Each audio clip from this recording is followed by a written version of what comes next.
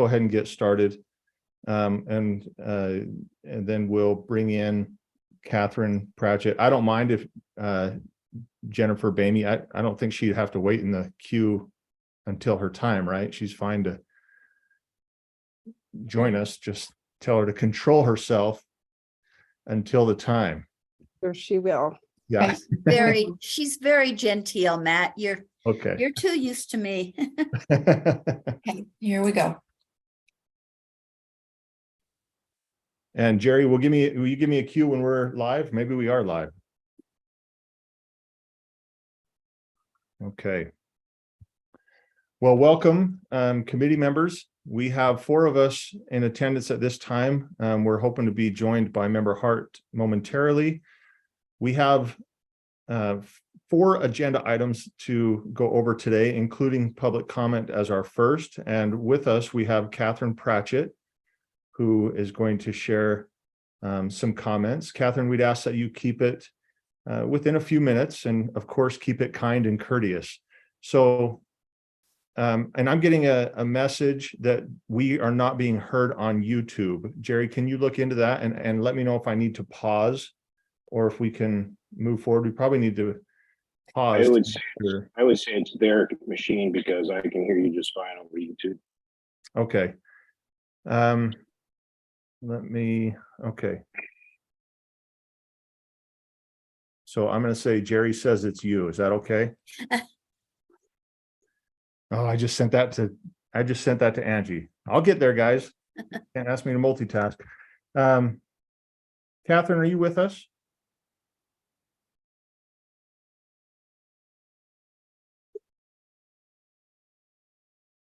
I don't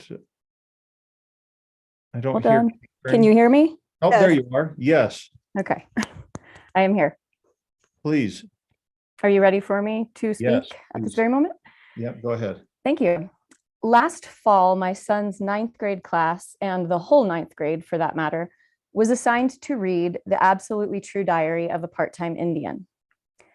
I was one of the parents who filed a formal request for review of the instructional material with the Park City School District.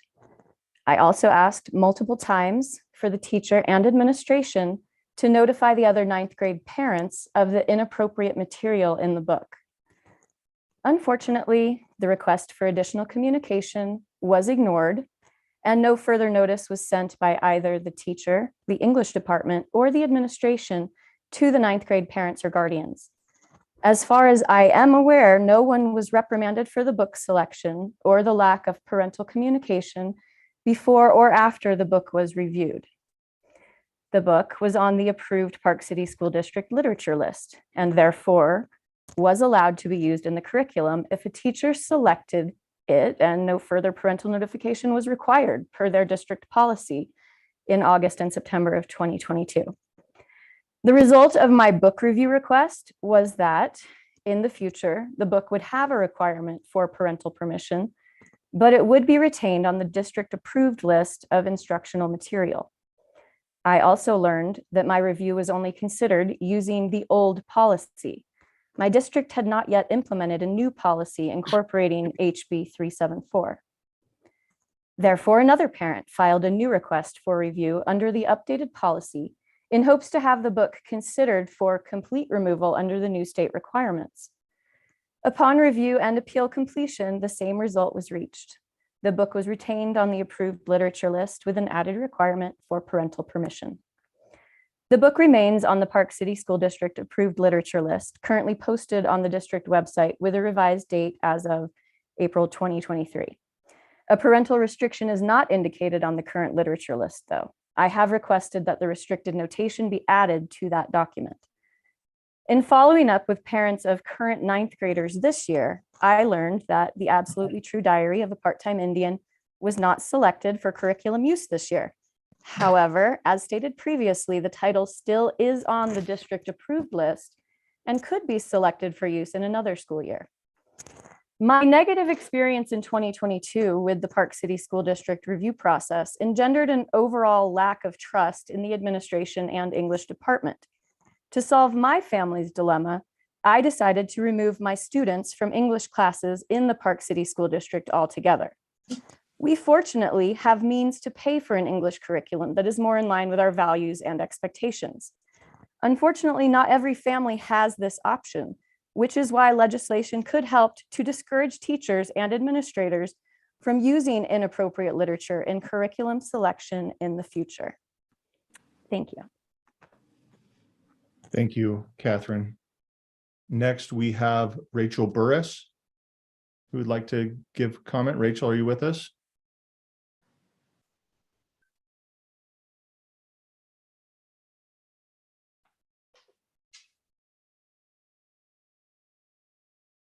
I don't see her. Oh, Ray, I see them in the queue, but they're muted and no camera.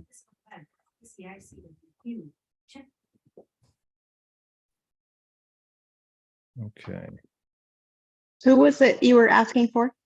Ray Oh, Burris, that's me. Yep, that's me. please. We'll ask you to keep it to about 2 to 3 minutes. Go ahead. Okay. So it was last year. I have a kindergartner, and she was there was a book that she came home and talked about that was being read in class, but she couldn't tell me what it was called. She's 5. And I had emailed the teacher and said that I was concerned about the topic of what it was teaching. And she said, okay, well, I'd really like to be able to read this material because, I feel like that it's going to help these kids grow and all of these flowery things in the email. I then at parent teacher conference, I said, would you mind sending me a list of the books that you intend to read so that I can review them so that I can make sure that they're appropriate for her age of what we teach at home and that they follow our family's beliefs. And she resisted a bit, but then eventually agreed to send me the list of books so that I could review them. And she said, if we're reading a book on a certain day, I said, what can the accommodation be? And she said that, well, we could put her over here in a breezeway between the 2 doors by herself, or you can just keep her home for the day. And I said, okay, well, I don't really want her sitting in between this breezeway by herself. I guess I'll just keep her home when you're reading these books. So February came around, and every day they were reading stuff that had topics of same-sex couples and talked about a lot about race because it was Black History Month. And I'm like, she's 5 and her very best friend is from Peru, speaks Spanish. She doesn't understand this, more adult topics. And it does go against our family's beliefs. I don't want my 5-year-old learning about same-sex couples at this time. It's not appropriate for our family. And so I kept her home almost every day in the month of February. And then I went in on Valentine's Day.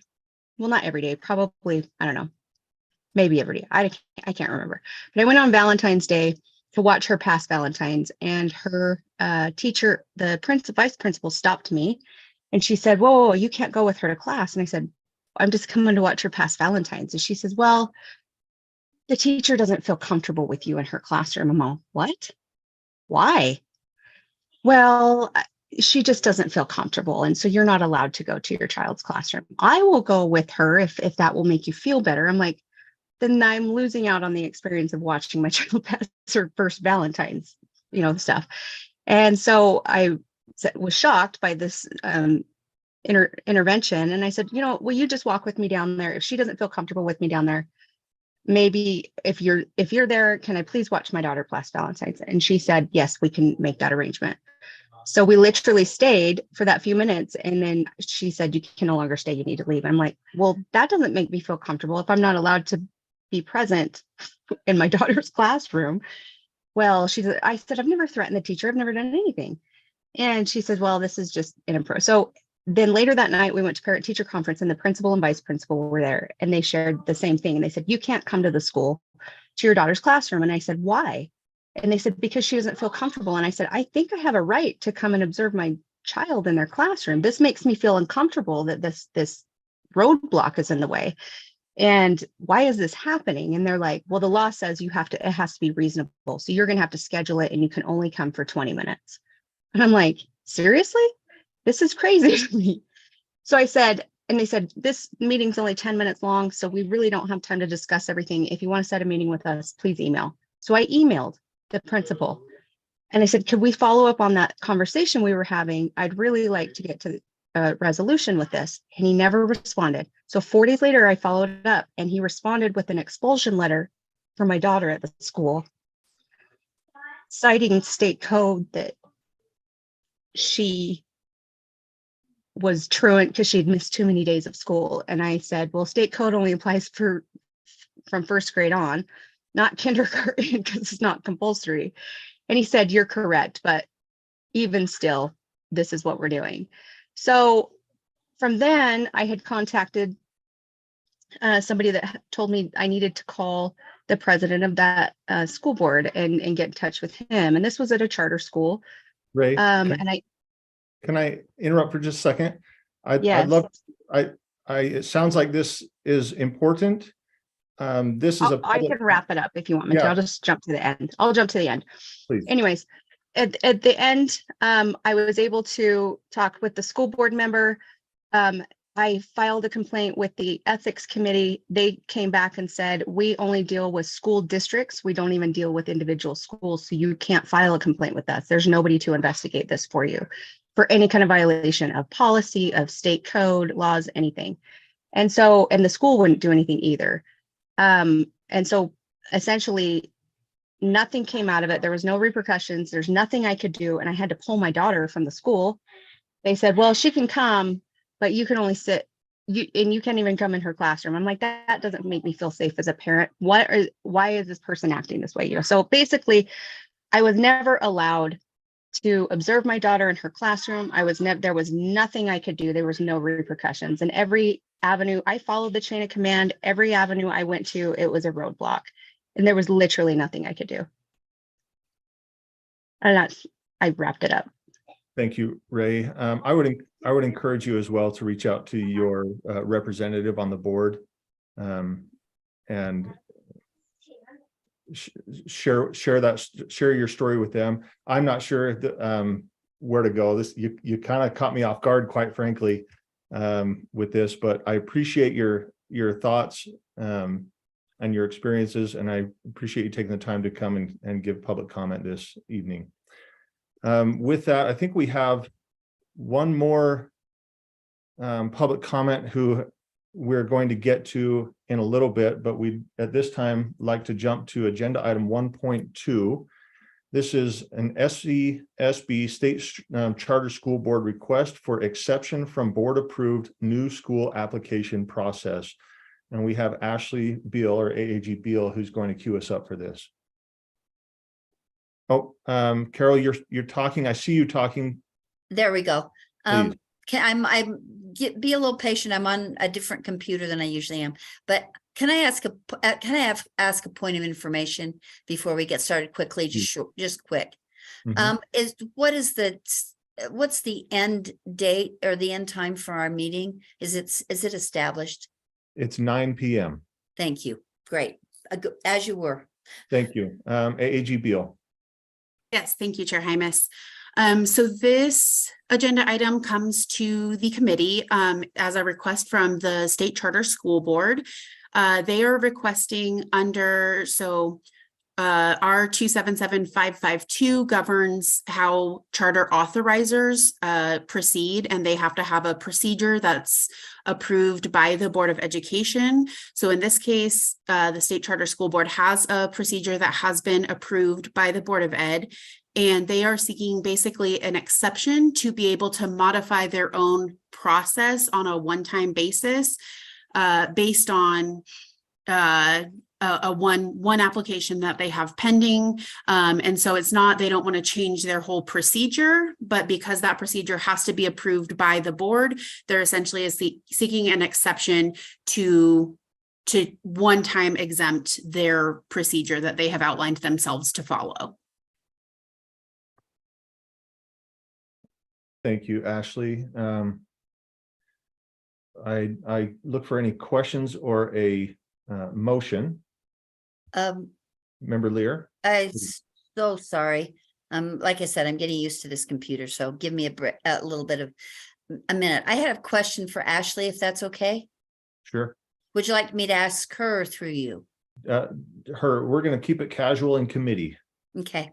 I'm just, now I'm putting a lot of this together. So this is the procedure that the law requires an authorizer to establish. It's an extensive discussion with the board, the committee first, and then the board. And I recall the SCSB's process, and it was thoughtful, and it was, we had a lot of questions. It seems like we took at least 2 meetings.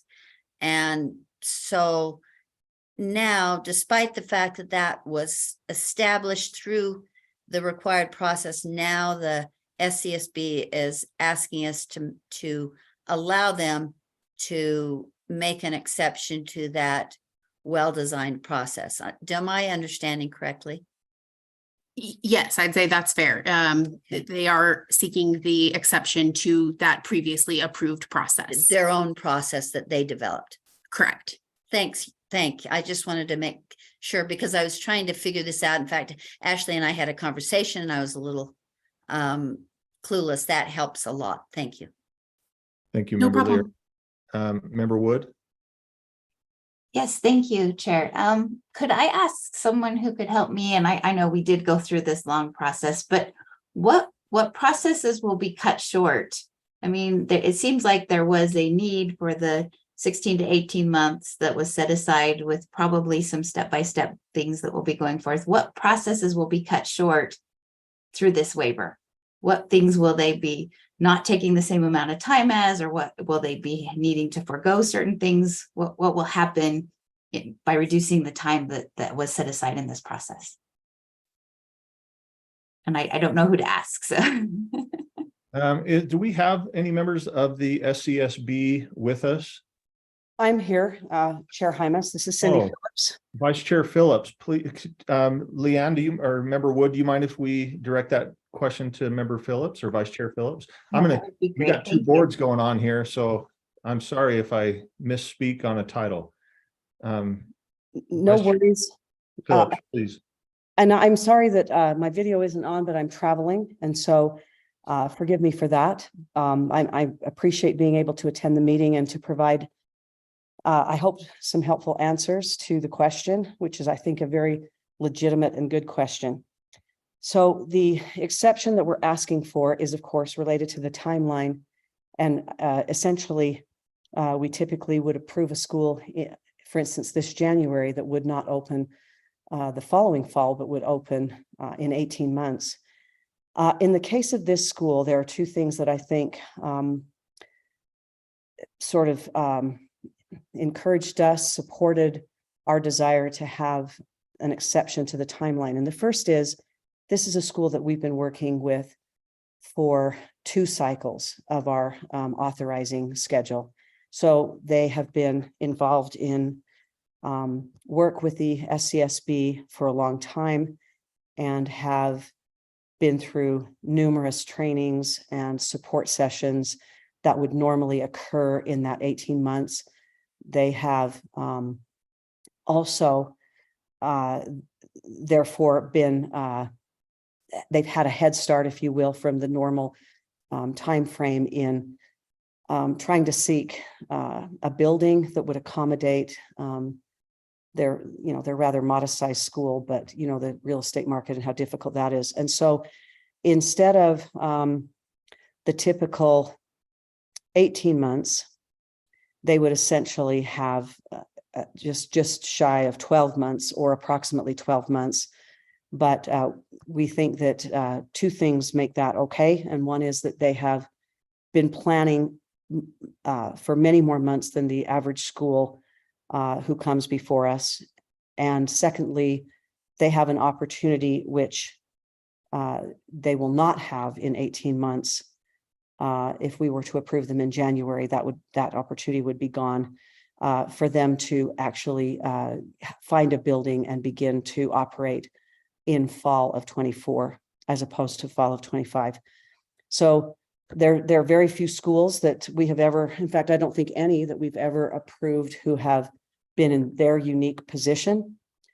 And they have an enormous amount of community support at this point because of how long they've been in the pipeline seeking an authorization. And so we feel very comfortable that the sort of year ahead of them, their pre-operational year, if it were to start now, for instance, would be sufficient time for them to open a school in the fall. I hope that's helpful. Thank you, Vice Chair Phillips. Member Wood, does that answer your question? Mostly. Mostly. And mostly, I didn't hear of what would. So are you saying because they've been in the pipeline so long, there's nothing that they will not have done that they would have done in the 18 months, that there's nothing that will not be completed in this 12-month period because some of it has already been completed previously? Yes, that is my estimation, and that in representing my board, that is what the board thinks too in approving and recommending an exception. Okay, thank you for that clarification. Thank you, Member Wood. Member Hart, and then we'll go to Member Lear. So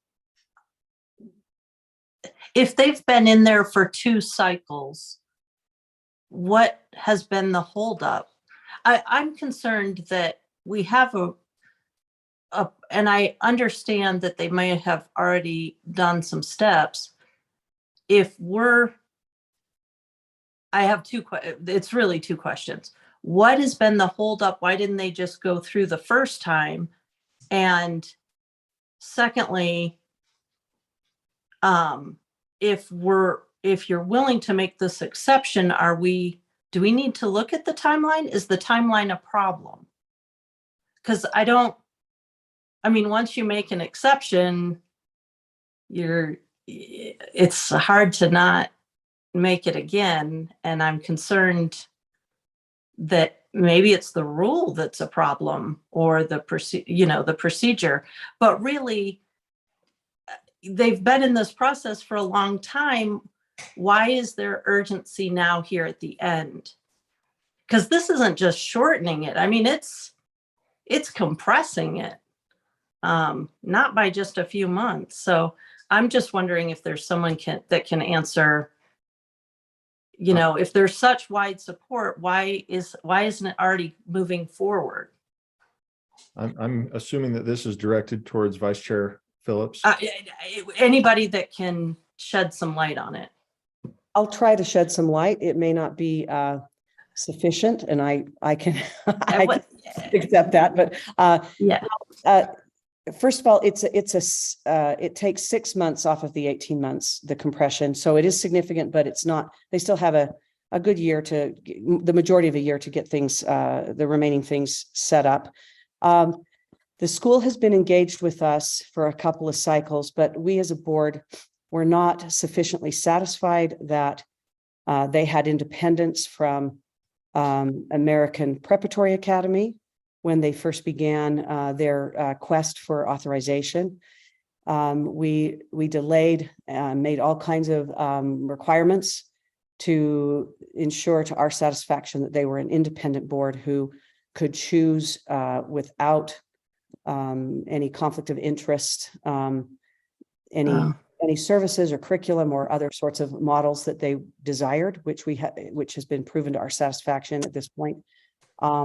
We also wanted to ensure that there was the kind of community support that had been suggested to us. That was not apparent in the first year and we rejected the initial proposal and full application, however invited them to come back in the round of reviews in August.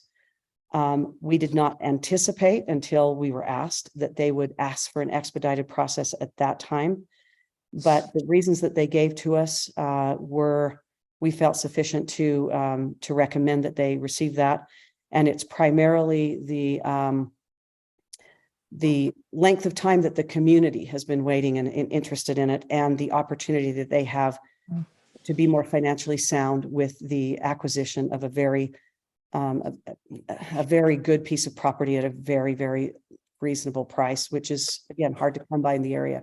Yeah. So we felt that we would that we could feel comfortable about allowing that school to open in the fall, with, of course, assuming that the USBE would grant an exception to the process we pass. And I should point out too that we've been asked by many schools, at least during my tenure as a board member, which is I'm coming up at the end. I will transition off of the board this coming summer, so just shy of a year. And in that entire time, we have never, ever granted or recommended any kind of exception to our processes for proposals and full applications.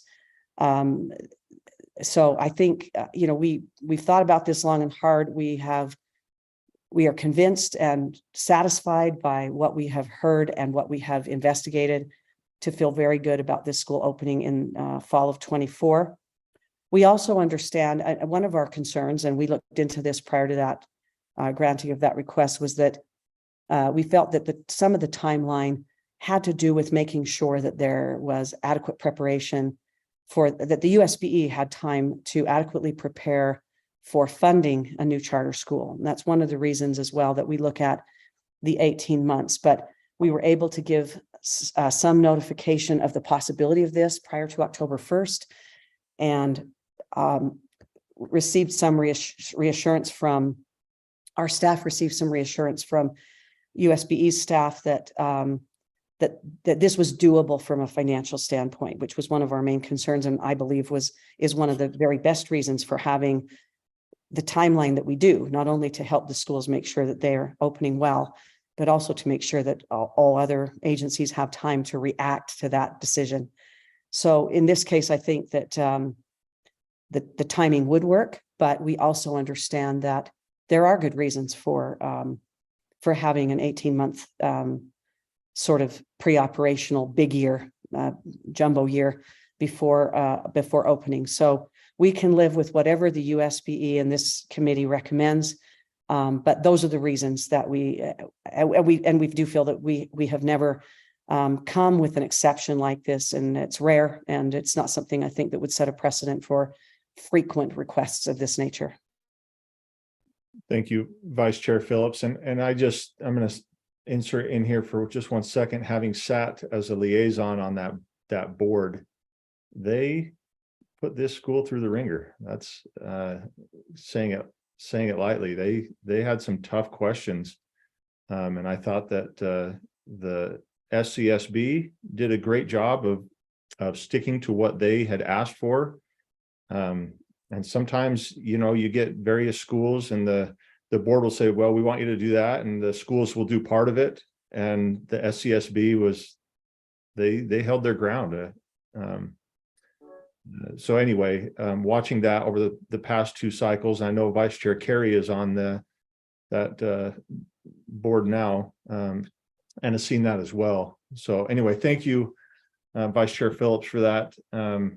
Member Hart, are you good if we move on to Member Lear? Okay, Member Lear.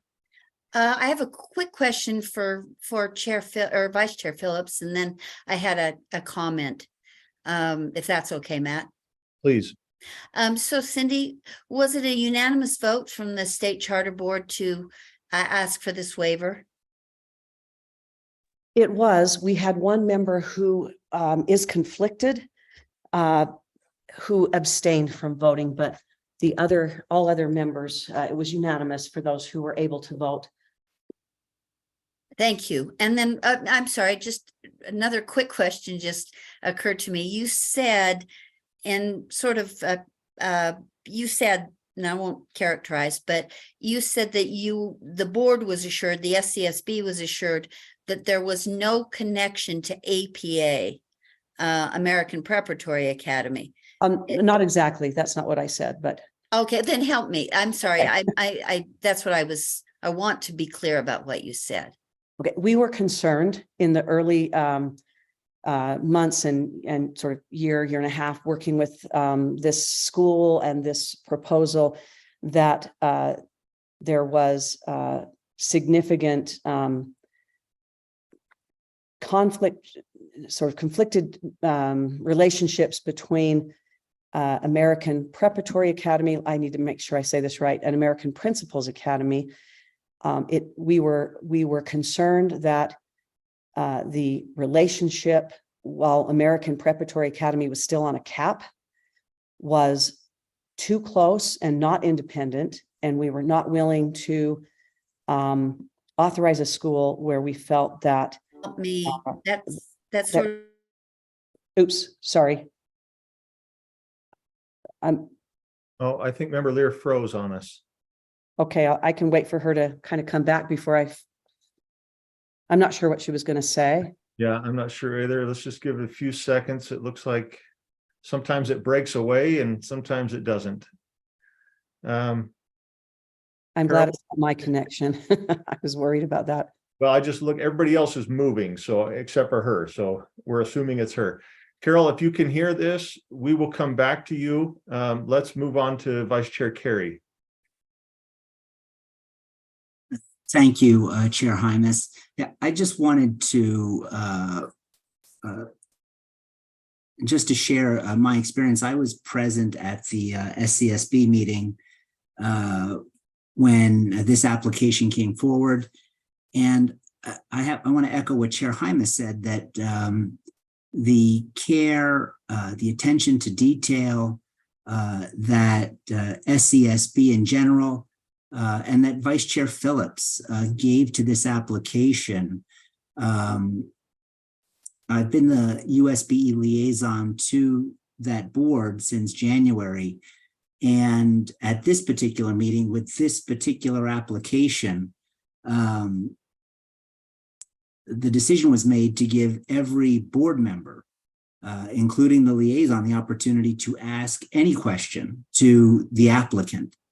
And even though it took longer than the typical time allotted, I think it reflects the care and the concern that SCSB had for the applicant based on some of these issues with the charter management organization being shared between American Preparatory and American Principals Academy. But I will tell you that the reason that vote was unanimous from where I sat was that they took the time to answer each and every question to the satisfaction of that entire board. So I want to stress, I did read the letter prepared by Chair Bowles at SCSB. I think he's done an exceptional job in laying out why this is truly a unique exception with the confluence of all those events, right? The opportunity to purchase the property, SCSB coming forward with this exception. So I don't look at this as precedential in the sense that there's going to be a wave of schools or organizations in a position to take advantage and say, well, you did it for. It would be rare to have all these elements come together. Chair, I was prepared to make a motion to approve, but I understand that Board Member Lear wasn't done. So I'll return my time to the chair, but I would like to make a motion to approve when it's appropriate. I believe thank you, Vice Chair Carey. I believe that Member Lear is reconnecting right now. I'm connected, I Okay, think. so Member Lear, if you want to finish your comment, and then we'll jump back to Vice Chair Carey for a motion. I'm on my phone. Sorry about that. I should have known that the laptop was too good to be true. So here are my concerns. I was to the point of making a question, or Cindy was explaining the relationship between APA and APA.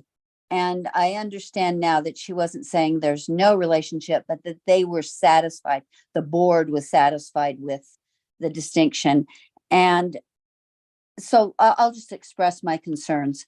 I think it is interestingly coincidental that there was a rather hasty, and I was told this by Brian before he left, conclusion to the board's supervision controversy with APA as in preparatory. And that was just, the ink's barely dry 2 weeks later. And now we've got a school that sounds like will be using APA as its management company. That is now knocking at our doors, wanting an expedited way into the system. That concerns me. Also, I read the information from the Las Vegas situation where APA was, this new APA was sent packing from Las Vegas on very poor terms. And I'm not sure if their difference of agreement, their legal difference of agreement, it has concluded with the Las Vegas school now, but that also concerns me. In fact, if we'd had more time in the scheduling of this meeting, I wanted to get in touch with the Las Vegas individuals, especially the attorneys, and understand better what the problem was there. So I feel like right now I don't have a really high comfort level to approve an expedited process. I'm also really reluctant to waive rules. I really don't like that, and usually will resist and oppose that, and I'm not comfortable now. And finally, this doesn't foreclose the new APA from, and I hear Vice Chair Phillips, and she makes a good point about the building, but this doesn't foreclose this school from coming in where it wants to come. It would just have to wait. And I feel like it would give at least me on this committee more time to assure myself that we're not going to have similar problems with this new APA as Las Vegas did, or as we did have had previously with a lawsuit that was 2.5 years in the running and cost a lot of time, effort, and resources. So though I appreciate the work of the charter board and very much respect the work it does, I won't be supporting this. I might support it if I had more time to get my questions answered directly from Las Vegas, and then understand a little better the relationship that the old APA will have with this new APA. Thank you, Member Lear. Vice Chair Carey, we're going to go back to you. I believe you have a motion. And you are muted, just FYI. Thank you, Chair.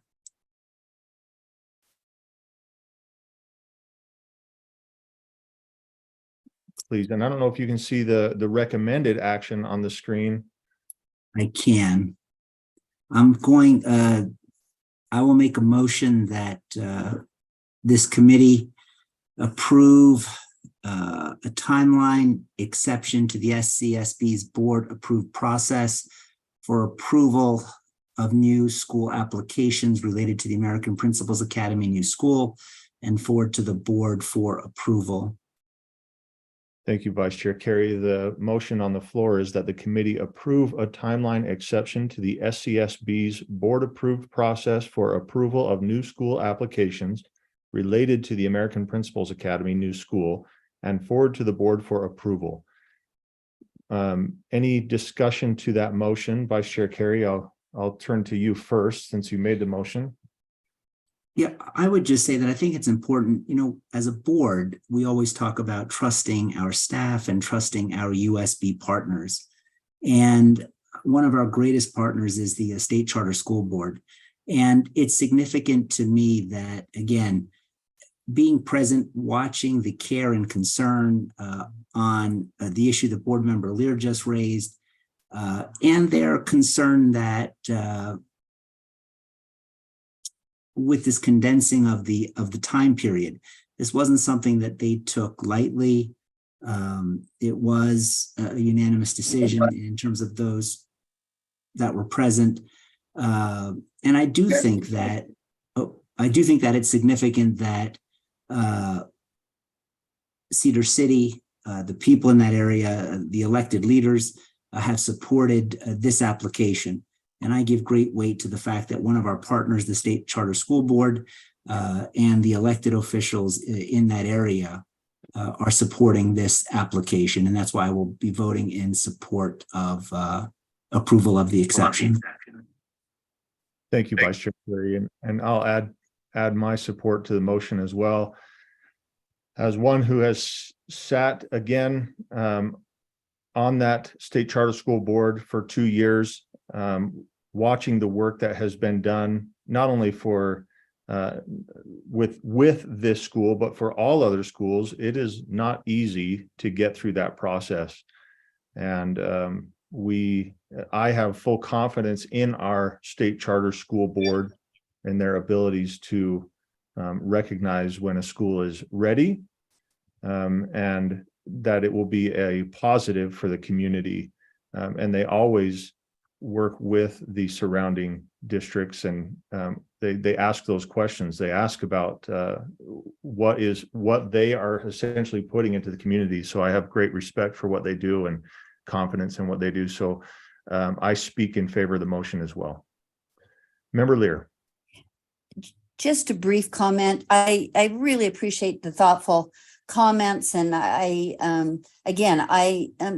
become a real fan of the Charter Board, especially Vice Chair Phillips. I think she's added a real depth to that board and that leadership. So I do appreciate that.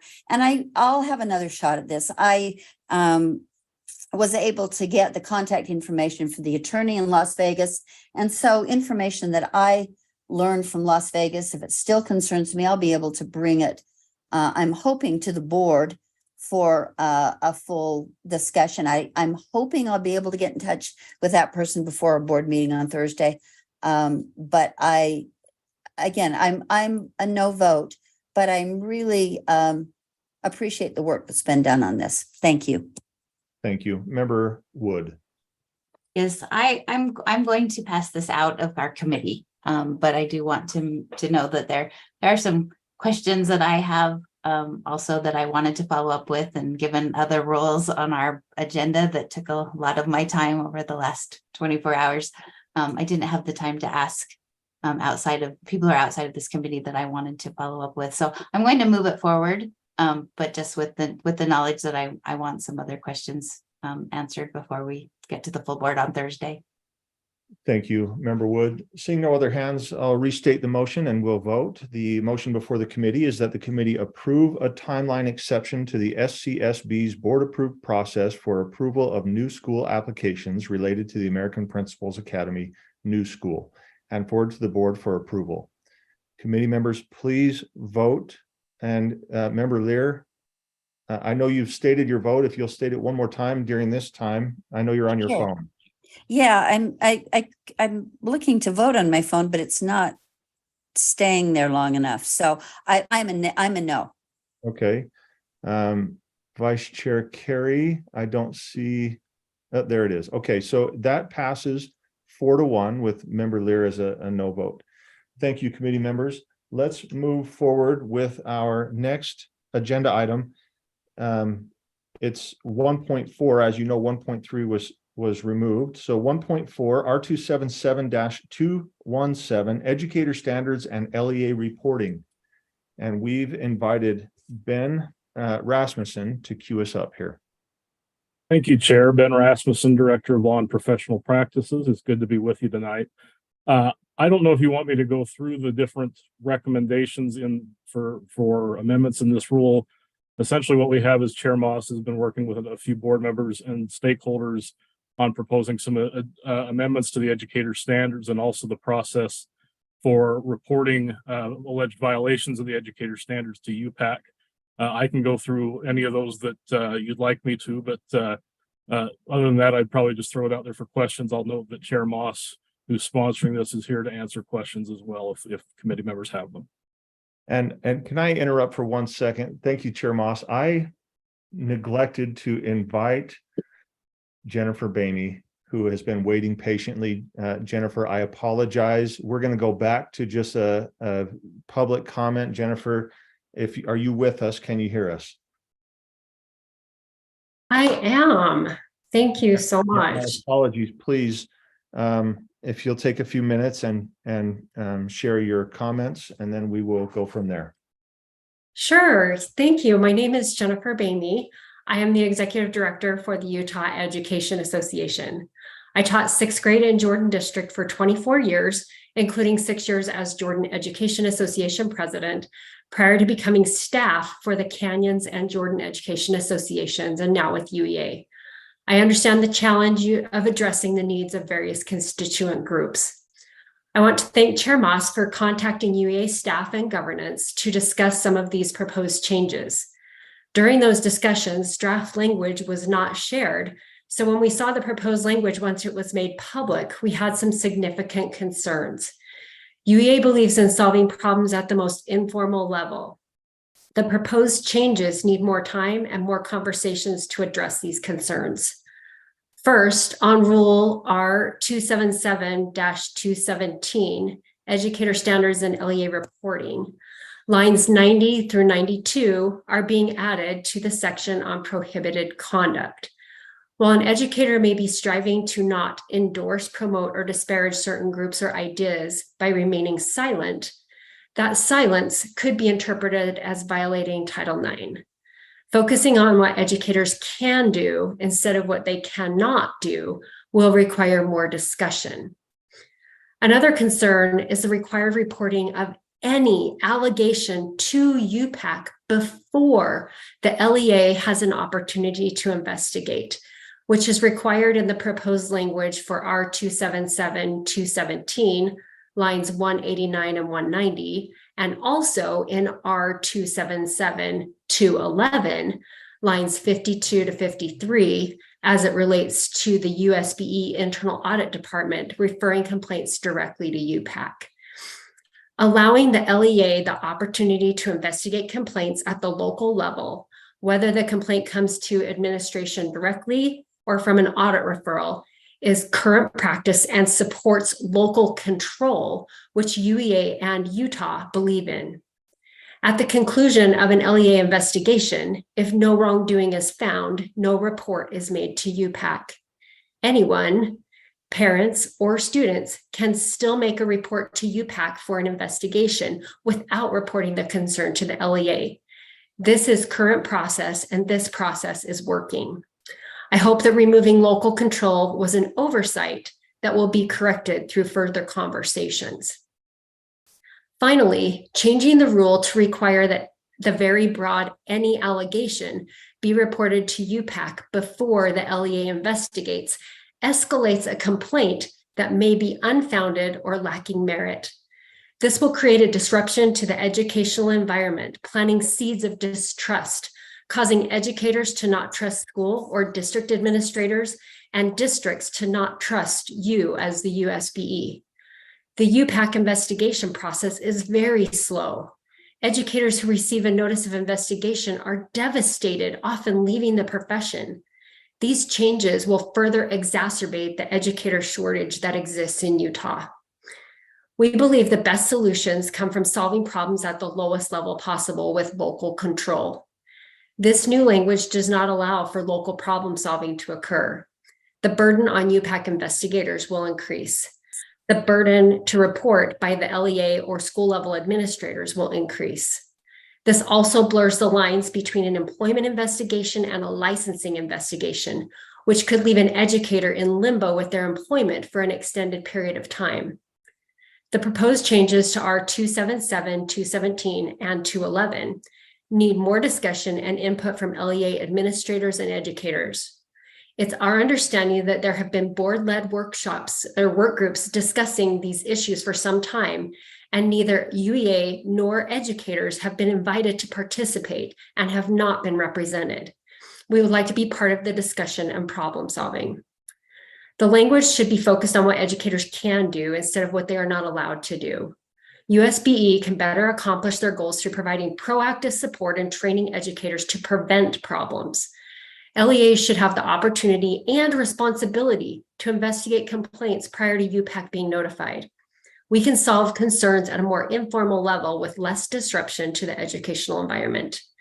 UEA respectfully asks that no action be taken on these proposed changes to allow for more time to write positive language and provide training for educators throughout the state. Thank you for your time tonight. Thank you, Jennifer. We appreciate your time and sharing those comments with us. And one more thing before we get back. Thank you, Vice Chair Phillips, for fielding difficult questions today on the fly as you travel. Thank you for being here. Okay, let us jump back into this discussion regarding 217. We've just heard some public comment. I think we all have some questions on this rule that's here. We have draft 2 in front of us, as Ben has brought up. We have Chair Moss with us, who's available for questions, and staff who's available for questions. So I'm not sure, I don't see any hands, but I know that we all have questions. My So hand's up, Matt, is my it? hand's up. You've got 2 hands up. I've I've got to hit the arrow that says over. Okay, we're going to start with Member Lear, and then we have Member Wood next. So Member Lear, go ahead. Thank you. And I'm back on my laptop. So I turned off my video, hoping that if that was part of the problem, it is maybe cured. So I have some proposed amendments. I have a proposed amendment to draft 2, and Ben has that, I believe.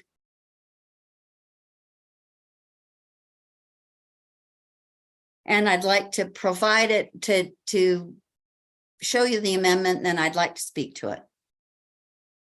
So your amendment is highlighted in blue, is that correct? Yes, the committee strikes lines 192 through 197, and this is the new draft 2, and reinstates the language in 98 through 200. 198 through 200, is that correct? Yes, I'm sorry, yes. Let's get that motion on the floor here, and then we'll jump back to it. Is that okay? I don't know Sure. who's driving, but I'm driving, sorry. Ben, you're doing a great job. Thank you.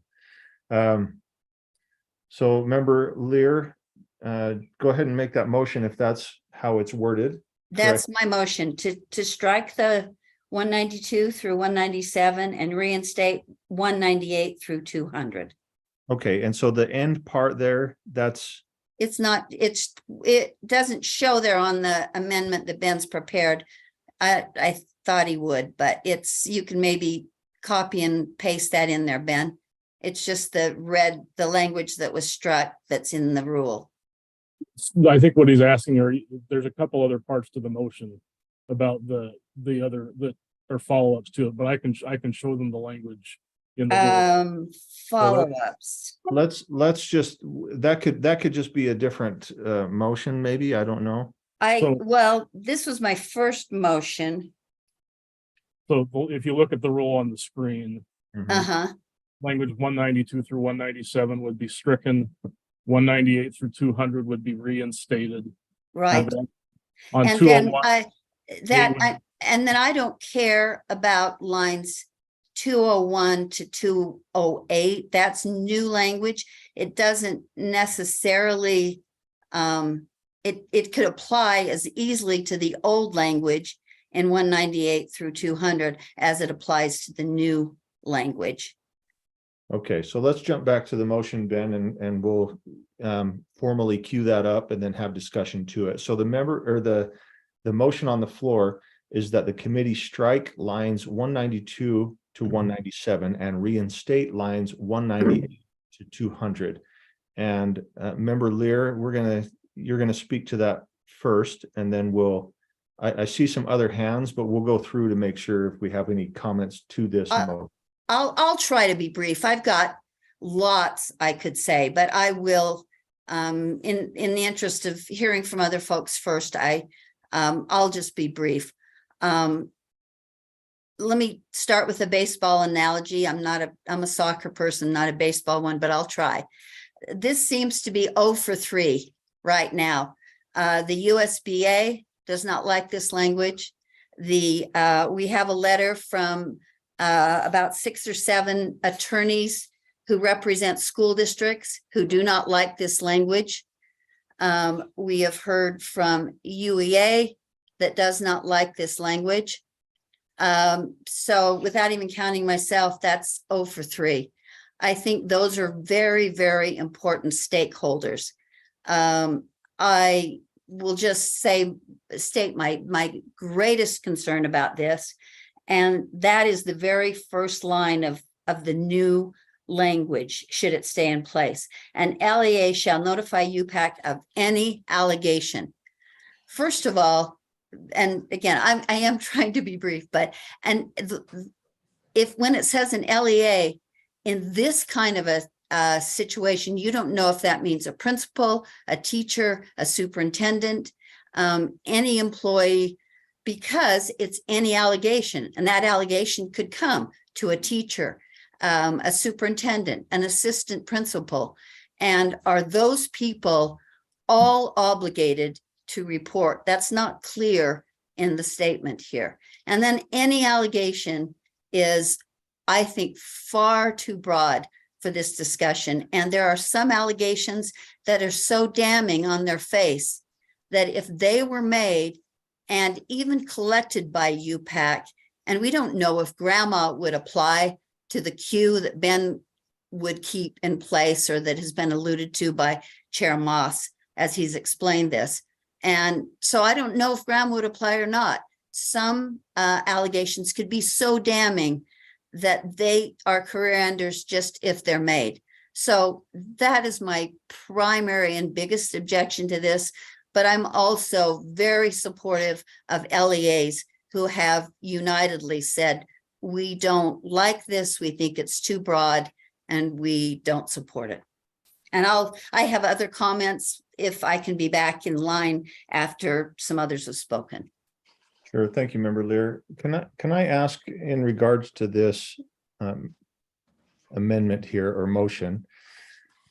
And I'd like to ask Chair Moss, I see his hand is up, and I don't know if this is regarding what Member Lear just said, Chair Moss, but can you, because I'm inclined to agree, I have concern about notifying of any allegation. Can you, where did this come from? Can you share that with us? And why is it important here? Member Lear made obviously some good observations, saying there's obviously some organizations that are struggling with the language. Can you speak to that, Chair Moss, for us? Sure. Yeah, the impetus for this was concern I heard, and I think others have shared the same concern, that if there's a violation of 217-2 or 217-3, those are statewide teacher conduct standards.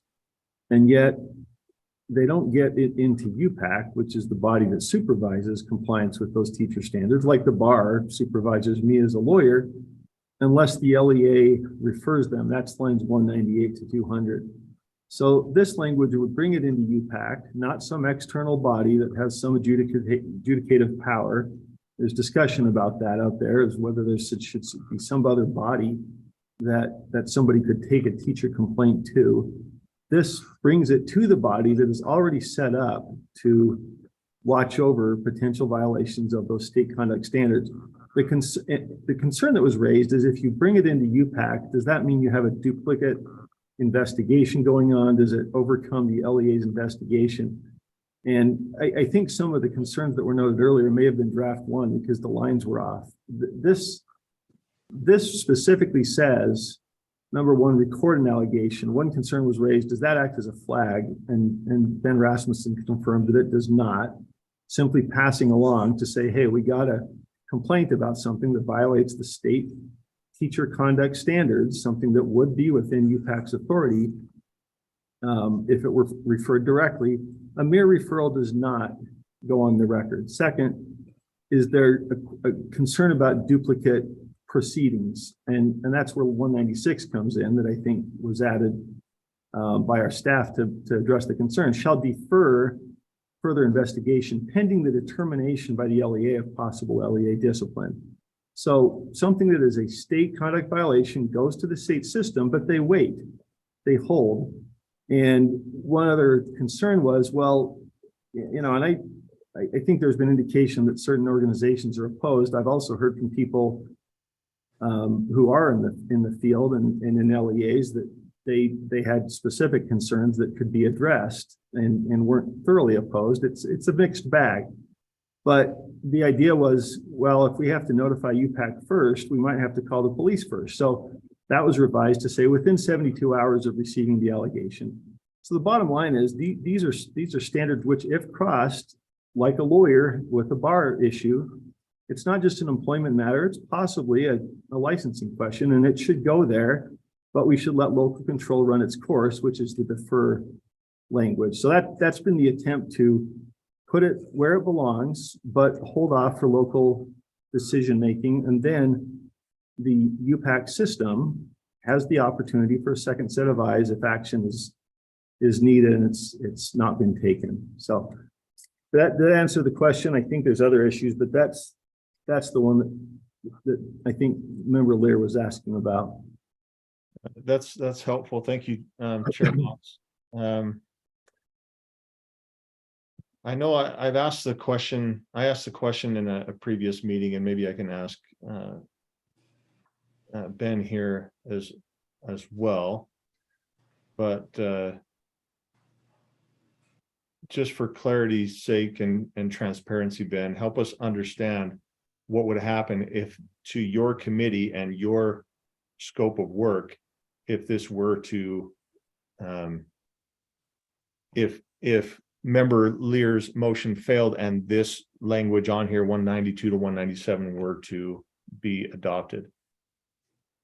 Thank you, Chair. As I've discussed this with Chair Moss, I don't see this greatly expanding the burden on UPAC. Essentially, as it says there in lines 195 through 197, we'd be recording the allegation so that we can follow up on it as necessary, but we'd be deferring further investigation to wait and see how the LEA handles it. When we get that feedback that you see in lines 201 through 208, that's when we would determine how to proceed with it, take it to UPAC and determine whether to open an investigation.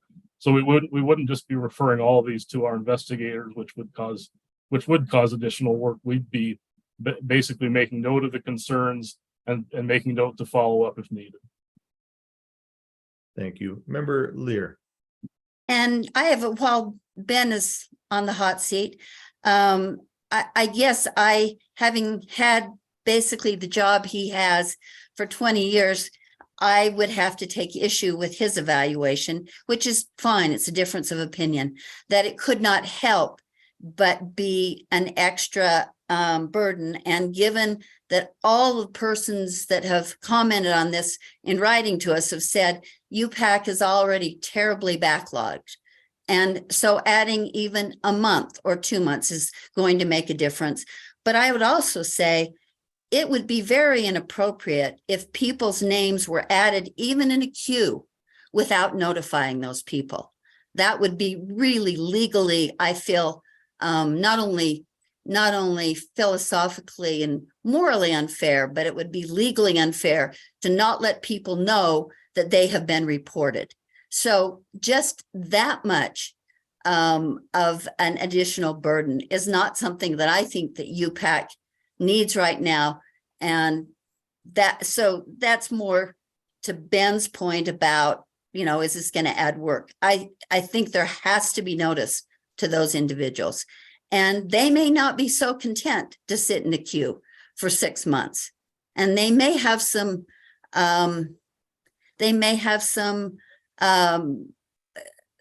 opportunity or some due process rights that I haven't fully explored. So I'm not convinced that that's a good answer. And if I can, Matt, let me just read, because I waited, and Molly's, I guess, in waiting to be heard, even though she's not on the committee.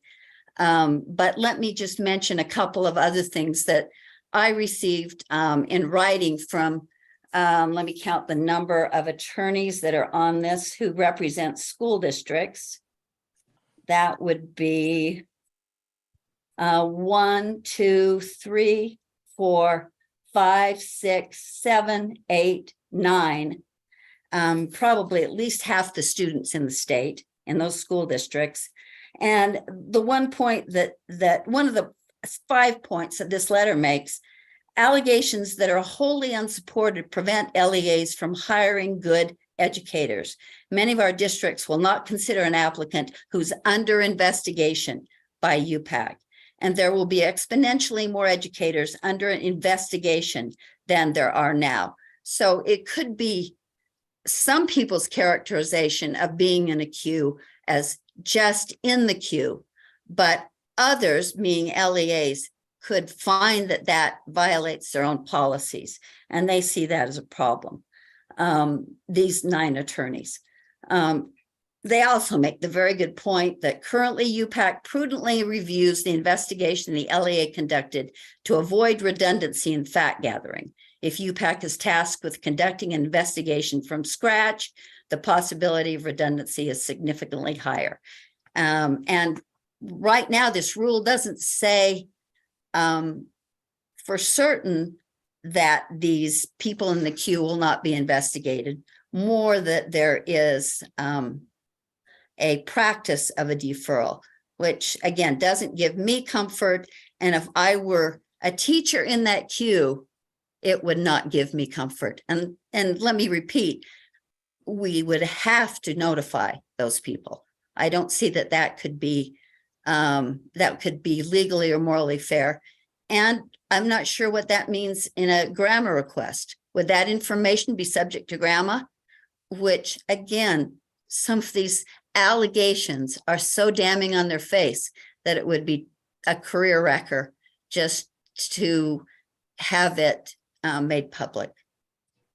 Thank you, Member Lear. We have Member Hart next, and I'm going to be completely open here and honest. I don't know how to handle Chair Moss, because you are the chair, but you're not part of this committee. And I want to hear your thoughts, but I want to respect the committee process at the same time. Does that make sense? So I'm gonna please. Chair, I'm going to lower my hand. You called on me earlier, but you're right, and I don't mean to intrude. So I'm going to hold back unless you direct the question to me. I apologize. It was habit to put my hand up. I know you, and you fit right in. We love having you, but all right, no. Let's go to Member Hart, and then we'll go from there. And I am a member of the committee, just for the public record. I'm so rude. Sorry. I don't know what came over me. I had a brain cramp. It just made me think twice about whether or not I was supposed to be in the meeting. That's so rude. I am so sorry. I so apologize. It's okay. It's okay. End of Yes. apology. Sorry. No, that's fine. I just didn't want anybody to think out there in public land that I was jumping committees. No. So I'm very much in the same space as I think a couple of people where we're trying to solidify and firm up procedures to ensure that we have classrooms where students are safe physically and psychologically, quite frankly. And I don't understand how we get from so we alert the state, the UPAC, the USBE employee over UPAC, that there is an allegation that something happened, and then we wait for documentation of the findings of the LEA's internal investigation, criminal charges. I mean, these are things we should know. I don't know why we think that the sky is falling when we are keeping track of those types of incidences. Now, if it's the problem of the initial letting USB know, the thing that's up there on 194, and we need to simply just go straight to 201, 202, those parts, then maybe that's a compromise. I don't like the idea that that information in this day and age sits at the LEA level and is not readily available to people making decisions about education and educators. And that's important information. I really, truly, as an educator who fully understands that one allegation or one misstep, I guess, can affect a career, I still don't understand why we have such a visceral reaction to sending up some pretty serious information about allegations against teachers. I'm trying to understand, but I just don't. It seems like allowing LEAs to refer or not refer seems, or not share that information, seems like it's more dangerous than simply reporting it. I mean, why do we report all the way down to victims and perpetrators of individual bullying events, but we can't report up to USBE, our own agency, about these types of allegations? I just don't get it. Member Lear, you have a hand up. Can I ask my question? Oh yeah, I've talked a lot. I know. I was gonna give some response to Molly, but go ahead. And I think it's a good exchange. I think she's asking interesting and respond. Go ahead and respond, and I'll save my question. Oops, and I was talking and you couldn't hear me. I said, I think Molly was asking good questions. They're interesting questions. Molly, I see it differently with educators than with, you make a good point about bullying is reported immediately at the LEA level. But the first difference that we absolutely know that those bullying complaints are kept confidential. They're about students, and we know that they won't be exposed unless the student himself, herself wants to do that. So the confidentiality is one gigantic difference in terms of that kind of reporting. I agree that it seems a bit of a disconnect to Chair Moss's previous points about this is a state system, state reporting seems logical, but allegations can be so far-ranging. Nobody's ever responded to me, maybe, and I'm not necessarily inviting Chair Moss yet, but it says an LEA shall notify of any allegation. So do we really mean that every teacher up the food chain, every principal up the food chain, every assistant coach up the food chain who's a licensed teacher has an obligation to report any allegation? And if so, that just pits educators against each other. And so the reason that the process that has been in place, 198 through 200, is a very low bar. Any kind of LEA finding at least gives some credibility to any allegation. I'm using air quotes over and over because that is so broad and deep and could be so damaging. So yes, there is an interaction between LEA work and UPAC work. And it is that very low bar that first the LEA meets and then it goes and then it goes to UPAC. And my experience, as this was refined over the 20 years that I basically had Ben's job, is that got better and better. I have to throw in one more thing in case I don't talk at all. I talk any further, which you'd probably really be happy about. And that is that we, over and over, we've spent hours and hours and hours about penalties for educators, about, is this penalty too much? Every meeting, every board meeting, we spend at least an hour on that. We have spent zero time talking about training at the state level.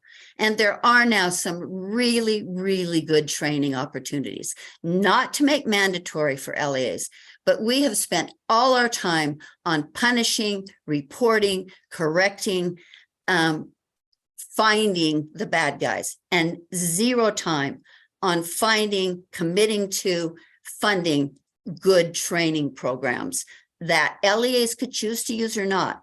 But that really troubles me in this whole discussion. Thank you for letting me speak 3 times.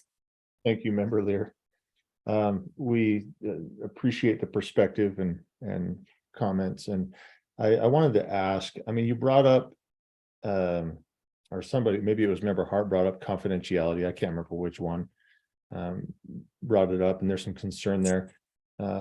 Typically when a UPAC investigation takes place, there's a flag on the teacher or the educator.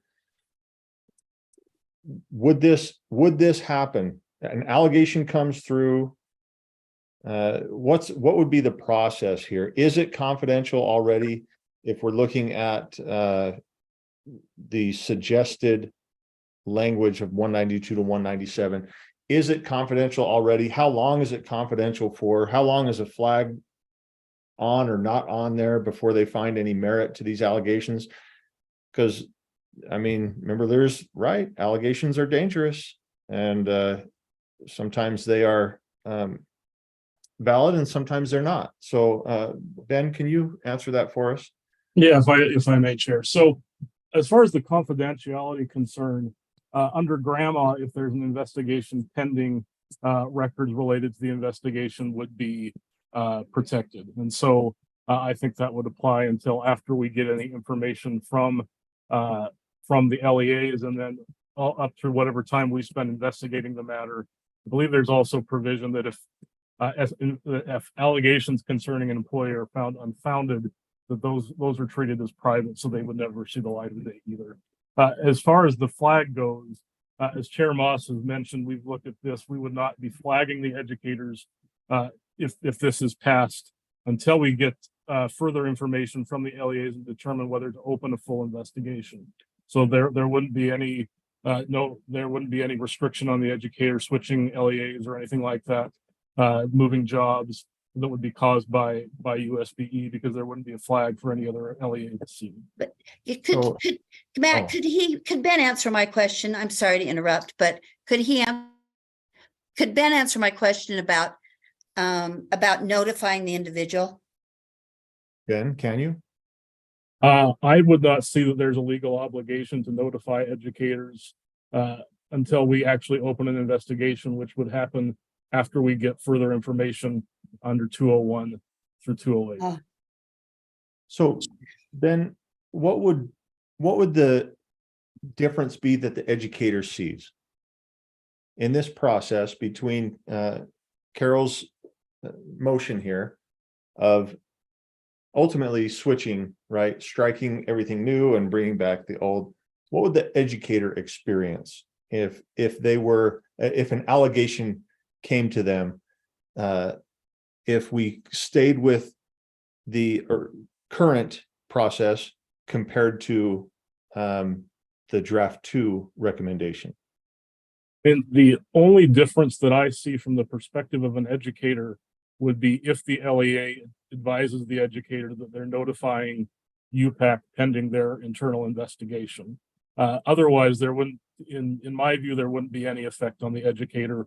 We would still notify them when and if UPAC opens an investigation, give them full due process rights if that were the case. So I would see minimal impact on the educators involved. Okay, thank you. And it looks like Vice Chair Carey has a hand. Thank you, Chair. I'd just like to speak to the motion in that, I also received the letter, I'm sure we all did, from the 6 or 7 attorneys representing school boards or different LEAs. When I received the letter, I called Ben, I spoke to other staff because the points they raised caused a lot of concern for me. I appreciate Ben's time, staff's time, and we were on the phone right before this meeting started working through these issues. And I just want to say that my concerns were fully addressed, and it's my understanding that lines 192 through 197, really all it does is say, give us notice. There's no investigation that's launched upon receipt of these allegations. There's no flag on a file. But what it allows is, because then I said, Ben, well, if nothing's happening, why are we sending you all these allegations? And it's my understanding that what happens is it does create the opportunity for UPAC to say, hey, it's been 90 days. It's been 6 months. What's the status of this? And that way, it acts as a fail-safe more than a dual path to investigation or this rush to judgment, but rather it's a way for UPAC, I believe, to fulfill its role and saying, hey, we have a responsibility over licenses in this state. And if it's been 90 days, 6 months, and I'm coming up with those numbers myself, it allows UPAC just to follow up with that LEA and say, hey, can you give us a status update? I also asked, well, what happens now if a parent reaches out to UPAC? And he says parents reach out all the time. That's my phrase, but they reach out to UPAC and say, what's the status? What's happening?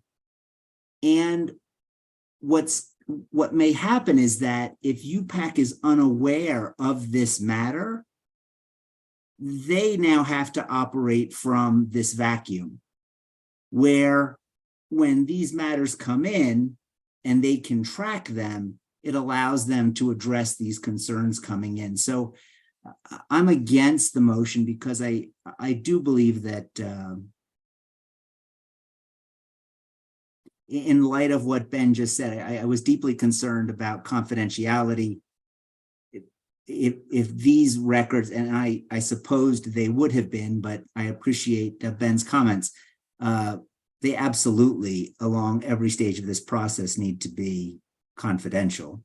And I want to thank him for reinforcing that. So, Chair, in light of those clarifications, I'm going to speak against the motion to strike, but referring back to that letter that was sent by Heidi Alder, I do have some concerns about First Amendment issues for later on in the motion that they do raise in their letter, which I do think we need to do a better job of addressing. Thank you.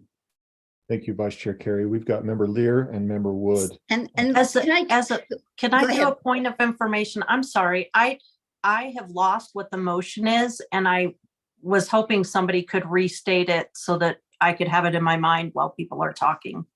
Sorry, Carol. Let me go ahead and read it. It's on the screen as well, but the motion is that the committee strikes line 192 to 197 and reinstate lines 198 to 200. Okay. And Thank you. Thank you, Molly. And this comment will be short. So what this amounts to is a secret file that Ben has where the educator's not notified, no one else is notified. It's just a secret file. And I cannot abide that as an attorney, as an educator, as a public servant. Thank you, Member Lear. Member Wood? Member Carey brought up an interesting point that I would like to know. So if a parent makes a comes in with the concern that they have filed a complaint, but they don't want to know where it's at. We've been talking about this confidentiality. Then we have this blacklist, as I'm going to call it, of things that are, we don't know whether they're true allegations or not. UPAC can still not, under what we're saying here, they still cannot tell the parent what's going on, or that list becomes something. So how does that align itself? If I may, Is this- Chair. Yes, please, Ben. Yeah. So if we get a parent complaint before we've heard from an LEA, that is something that we would take to our commission and determine to whether it's something we would look into, but we would touch base with the LEA first and say, you know, we've gotten this complaint with the parent. Is there any evidence, or can you tell me what's going on in your investigation, or are you aware of the complaint? And so we seek feedback from the LEA before we make a decision whether to open.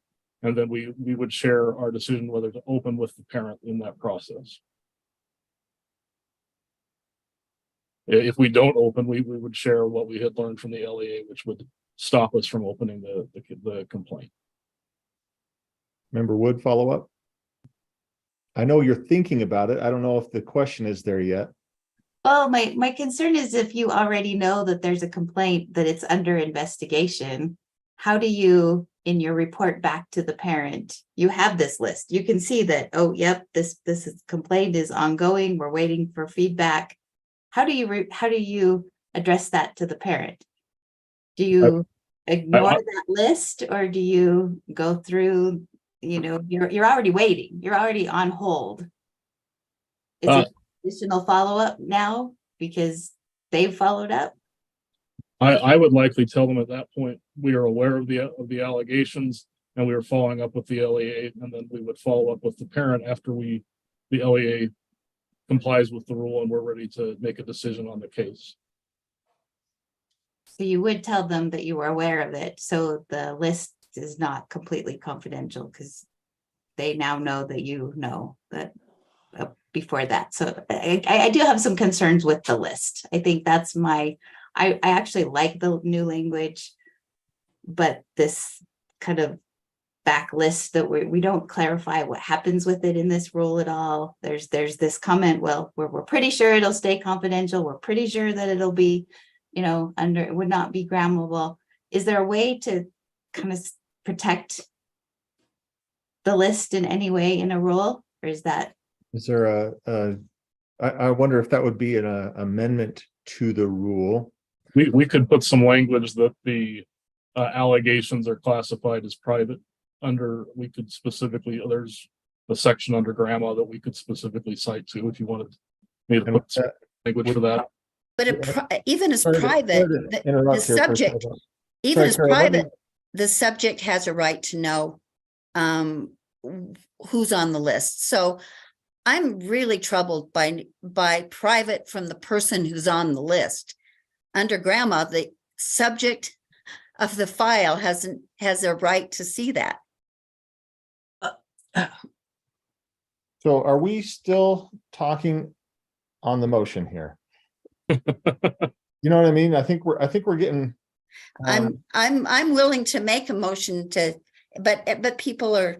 Well, we have a motion on the floor still, and I wonder if we need to vote on that. And then member Wood would like some things, but I don't know if it's relevant to this motion or if that would be another thing forthcoming. I'd like to bring us back to this motion of that the committee. For me, it kind of depends on whether I vote to strike this or not, because I like the original language, but I want some protections.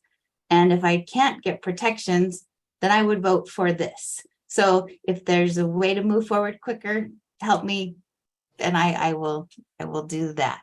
It's hard to know because you're saying your motion is contingent on whether or not this motion passes or fails. Right. So I guess can someone scroll down so I can see the actual lines on the screen? Thank you. And if before you jump in, Member Hart, I'm not jumping. Oh, your hand is up. I'm sorry. Oh, yeah, I'm waiting my turn, but I'm not going to jump in. Well, as I'm going to turn the time over to you. And as you're sharing your thoughts, Member Wood, I invite you to look at the language 192 through 197. If there's an amendment in there that would satisfy what your concerns are, or that if you could add an amendment, then consider it. And then we can look at amending the amendment or a substitute motion or whatever. Okay, so Member Hart. Can someone show me what's on line 203 or 204? My computer died.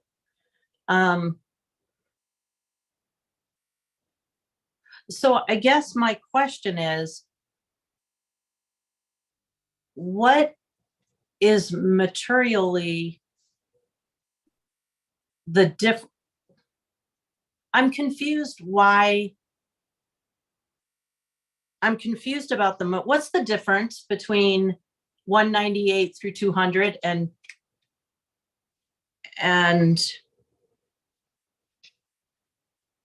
okay, here's my question. 198 through 200 was replaced with 201 through 208. No, we're replacing it with 192 to 197. Right, but I'm saying when the blue was put in to replace the red. No. No. Okay, just- never mind. It furthers the conversation.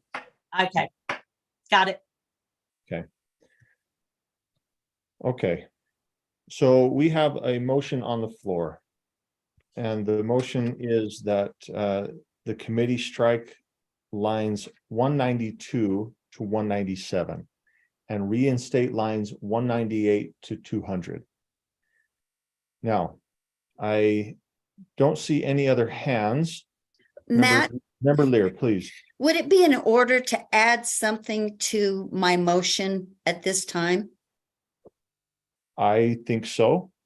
Okay, then I would, and I don't know if I'll phrase this perfectly, but I would like to start from the situation that we've got currently, but I think it would be worthwhile. Every one of the 0 and 3 writers who have opposed this part of the rule have said we would like further discussion. We feel like we haven't had teachers involved. We haven't had enough discussion. And I would like to add that we would start with my amended language, but continue the discussion. And maybe we can get to the bottom of this secret blacklist that so troubles me. And I'm just astounded that all of you are not troubled. But that's maybe one thing that we could address. We could get to the bottom of the confidentiality issue. So I would like to still stick with my motion, but also include that the conversation continue. Okay. My hand is up, like Okay. for real. I just want to be in line. So I know we are adding to this motion, and there's no need for a second. I don't know how to get that typed up, Member Lear. So are you asking that the conversation be postponed to a further committee date? Oh, yeah, you're muted. No. Control, let's see. Am I still muted? No, we hear you now. Okay. My motion would be to pass my motion and continue the discussion of the concerns that have been outlined by other committee members. I don't think you need to add that to the motion to be able to continue Okay, discussing then it. let me just express that interest and willingness. Okay. We have Member Hart and then Vice Chair Carey in the lineup. So Member Hart. It's really odd to me that all of a sudden we don't trust our own staff to maintain confidentiality about extremely serious measures. I've never heard this kind of distrust of our own systems. It's really like, of course, we don't go blabbing about that stuff already. Why would we all of a sudden do that when we simply are on notice that an LEA is investigating something? There is no automatic investigation. I just feel like a lot of people read version 1 and are concerned about version 1, and so many of those things, I don't see it. I am troubled that LEAs may, and it's not a shall, report things to UPAC in certain cases. And I think it should be a shall. There's a and shall. I think we should keep information It on is a the shall. types. And I think we should keep information on the types of things that, like, more information, like this is stuff that we end up finding out when they do the investigation anyways. Why is it, I just don't see where it's so different. Because the person's not notified. Okay. I am going off that's the premise. blacklist part of it. I'm going off the premise that every teacher that I don't think it's responsible of an LEA to accelerate a concern without even notifying. I plan to change that. I don't agree with that either. But it says that. That's what Ben's saying. He defers. Well, let's, sorry, it is. What? I'm sorry, Matt. It's okay. It's 8:03. This is the only topic we have talked about, and I don't want to go away from it, but if I've got other hands up in the queue, if we have amendments, if we're ready to vote on the one that's there, and I'm happy to take the time. I think that this rule is that important. So don't drop your hands on my account. The conversation needs to happen, but we do need to keep it organized. So Member Wood. I just wanted to clarify, this has nothing to do with our staff. This is the number of grandma reports that we've received since July. This has nothing to do with our staff. I trust our staff and I appreciate the work that they do. Thank you, Member Wood. Vice Chair Carey. Yeah, I second what Board Member Wood said. I'll admit I'm slightly confused because we're talking about, and I absolutely agree with this need for confidentiality, the need to keep it private. I'm looking forward to Board Member Wood's amendment on confidentiality. And so we all agree we've got to keep these names in this list private and confidential. And once we agree to it, then there's this concern that, well, we have this confidential and private list of people. Well, of course we do, because we don't want that out in the public. But they should know. They should Chair, know. if I please. we can. Member Lear, raise your hand. We will get you. I mean, I did say that to get Board Member Lear's reaction, so I kind of set her up for that. But yeah, you did, and you talked over me before, so it's the payback. Thank you. So, but, and I don't mean to make light of it, because I do think one of my greatest concerns about this is that if there is uncertainty about whether this information is confidential from grandma, I can't support it. I mean, you can't have allegations public. I mean, we've all had allegations made against us, and we're public officials, and allegations are all the time. And so I want that in this rule. But that being said, I know that this is coming back up before the board on Thursday, and I'm willing to, depending on how these amendments go, I'm willing to support this particular rule with the understanding that we need a absolutely strong ironclad provisions on confidentiality before it receives my vote on Thursday. But with that, if there's no other amendments on this particular motion, I would just call the question. Just a clarifying statement. This will not be brought to our board on Thursday. This, at the very earliest, would go to the full board in November. If we can pass something through tonight. I think that's even better. Yeah. Thank you, Chair. So, yeah, this meeting this night was not designed to be a rush to get things through. Other than the SCSB, which we talked about, but this deserves time. So the question has been called. Do I have to vote on that? Yeah, no, I don't. Good. We're not going to then. If there's So- no objection, you can proceed with the main vote. Thank you. So the motion on the floor is that the committee strike lines 192 to 197 and reinstate lines 198 to 200.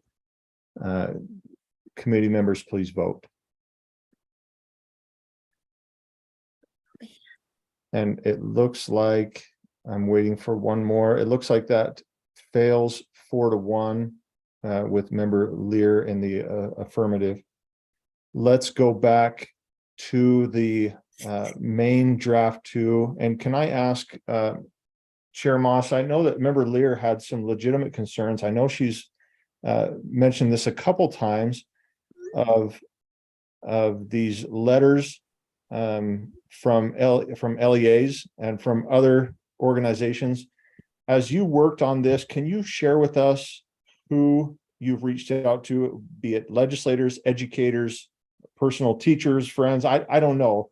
How do we gain comfort that this has been in the eyes of people, or that they've had opportunity to weigh in? Are you asking me, Matt? I'm asking Chair Moss Oh. about his draft procedure. If you're still with Yeah, us. I mean, I'm hesitant to name names, but I've spoken with.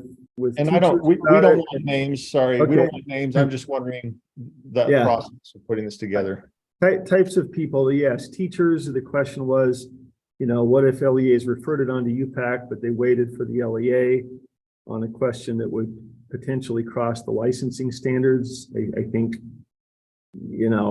questions were, well, what would that process look like? And I think there was not great surprise that something that is a licensing standard would find it into UPAC, but question about procedure, which I think Ben addressed really well. I have spoken with legislators about it, including those who would prefer to establish an ombudsman to handle complaints against teachers outside the system. And, my feeling, and I expressed to them, is it's better inside the system, and UPAC is set up for that. I have spoken with a number of LEA folks, and opinions divided there. I mean, people have differing opinions. I think what was most helpful about that was raising questions and concerns that we were able to bring back. And that's where I think, Ben has built in safeguards and procedures. And so, I guess it's been a pretty wide spectrum of people across LEAs, teachers, and legislators, if that answers the question. Thank you. I Chair can report who I've talked to, Matt, if that helps. You're welcome to. I know you mentioned a few, but we're happy to hear it. We want to be out there. We want to be to bring in information from those involved, of course. So you're welcome to do it, Carol. I've had ongoing conversations with USBA leadership, Lexi Cunningham. I've had conversations with Chair-elect Mark Clement. I've had conversations with all of the attorneys who are listed in this attorney list, and know all of them well. We haven't talked about exactly this rule, but the concept. I've talked to one of them. I've also talked to UEA General Counsel and a number.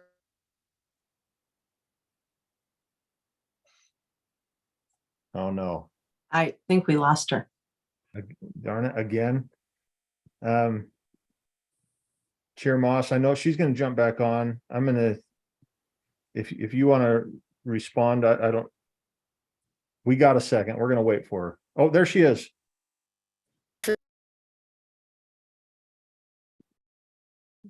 Carol, All right, I Carol, you can't hear. froze on us for a second. Oh, yeah, I saw that. I know, I just said, my 0 for 3, somebody hit a home run on the fourth pitch. Oh. And Chair Moss, did you have a comment?